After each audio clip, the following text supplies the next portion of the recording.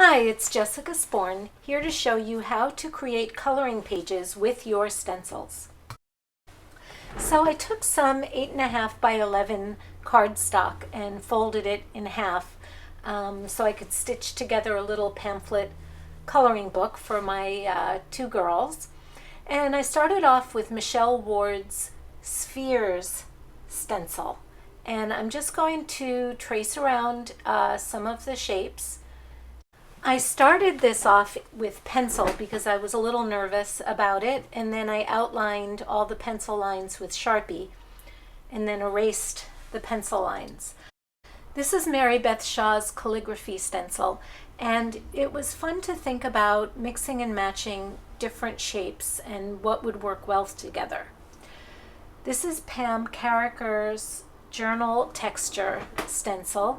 And it's fun to think about mixing up wider openings and smaller openings.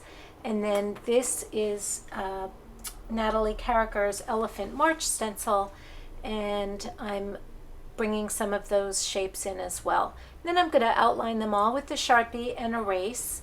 And I thought it would be fun to leave some of the spaces wide open and some of them more full. And then in some of the areas I'm adding in my own doodled hand. And here's what I ended up with. I gave it to my daughter to color. She's not finished yet, but here's what it looks like so far.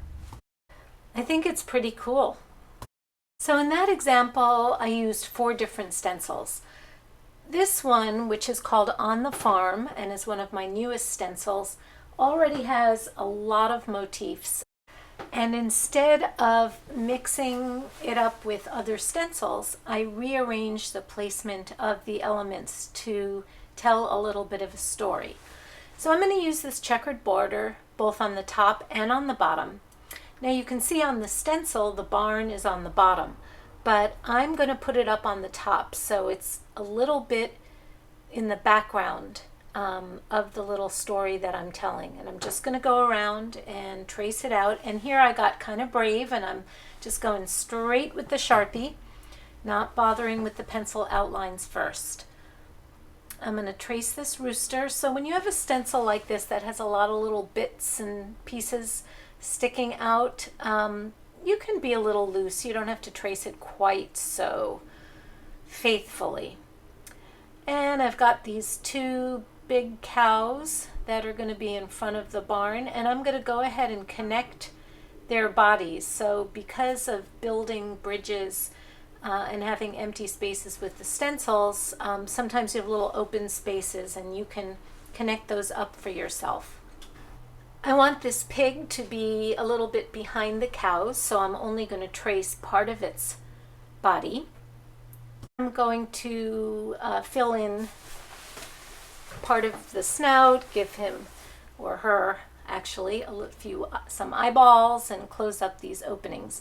And you can see that for the pig I actually flipped the stencil over so the pig could be facing in a different direction. So then I add in 2 of the birds, and I decided to give it a starry night sky, and there you go.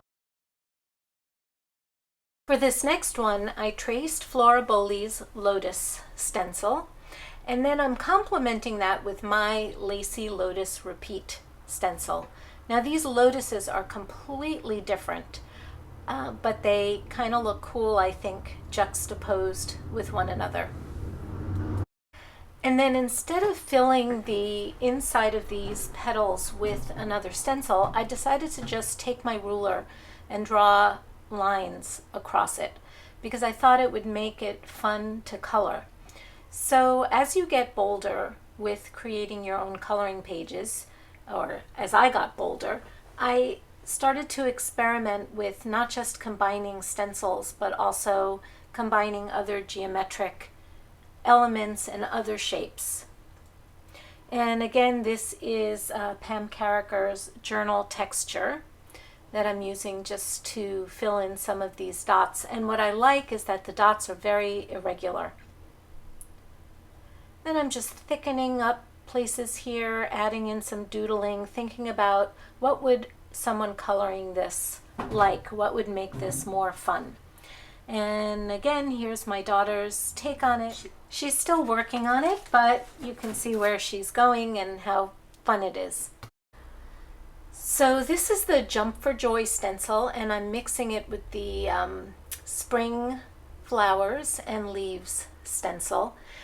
And for this one, I'm using these Faber-Castell pens. And the great thing about these is they come in different thicknesses. So rather than thickening lines by hand, I can just switch out the pens.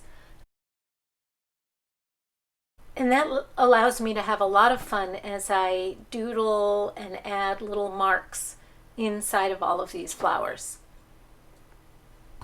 So here she is all finished up. Here's my daughter's work in progress, coloring her. And here is one I did with the 5 Hamsas stencil. And this one has elements from both the teacups and teapot and coffee mugs and love stencil. I hope you'll give this a try. It makes for a really nice little gift if you make your own pamphlet bound coloring book, and you can do color your own birthday cards. The possibilities are endless. Thanks for watching. Please visit me at my blog and please share this video.